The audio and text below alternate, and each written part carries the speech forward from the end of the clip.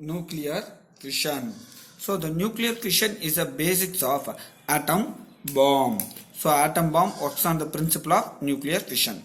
So any atom whose mass number is greater than 200 is unstable according to packing fraction. So its binding energy is very smaller value.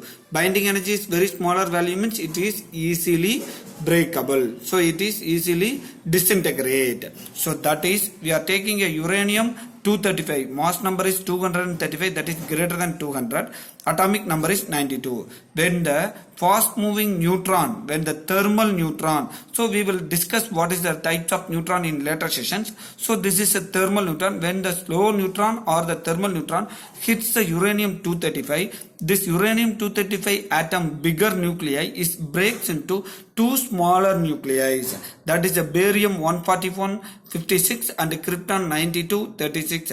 Along with that there is a 3 neutrons will be emitted, that is released with the huge amount of energy.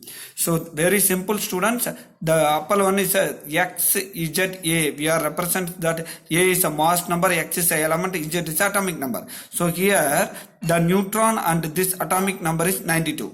If you add all the atomic numbers, the answer must come 92. That is 36 plus 56. What will happen? So 36 plus 56, the answer is 12, remaining 1, then what is 492, so the 92 comes. Then the mass number, if you add, what we will get? 141 plus 92, 141 plus 92, that mass number of the neutron is 3 because the 3 neutrons are added. 5 plus 1 6, then 9 13, remaining 1 236. So 235 plus 1 236. So that is a mass energy equivalence, says that before and after interaction the total mass energy will be equal. That is a law of conservation of mass energy. So this is a nuclear fission reaction is an example of a law of conservation of mass and energy. So the barium and krypton are the daughter nuclei. That nuclei are called daughter nuclei.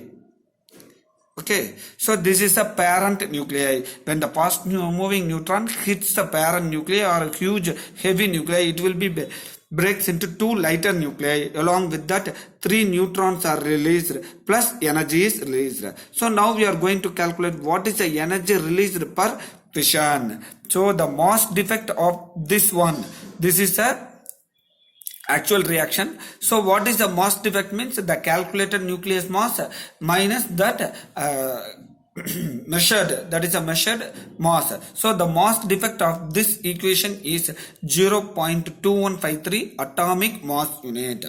Now I will explain what is a 1 atomic mass unit. So AMU means 1 atomic mass unit. 1 atomic mass unit is a 1 by 12th of the carbon 12 atom. So the mass of the if total carbon atom is divided by the 12 means that is the mass of the 1 atomic mass unit, that is 1.66 into 10 power minus 27 kg. This is approximately equal to mass of the proton, each proton. So the energy of the each 1 atomic mass unit means what is that? It is a Einstein mass energy equivalence.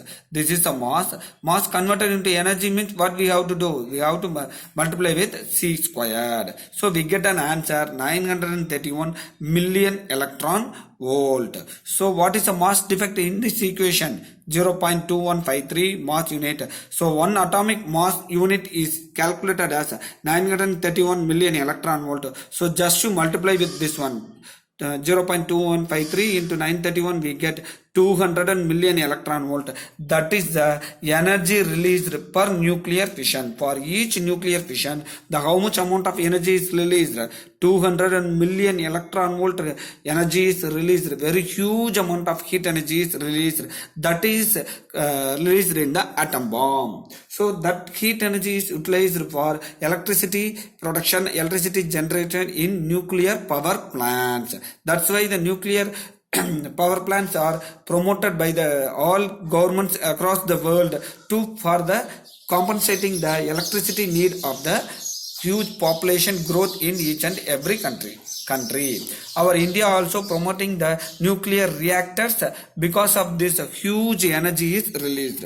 There is another important point for this energy. This 200 million electron volt is equivalent to 0.9 million electron volt per nucleon. What is the division? So each nucleon in the neutron releases 0.9 million electron volt.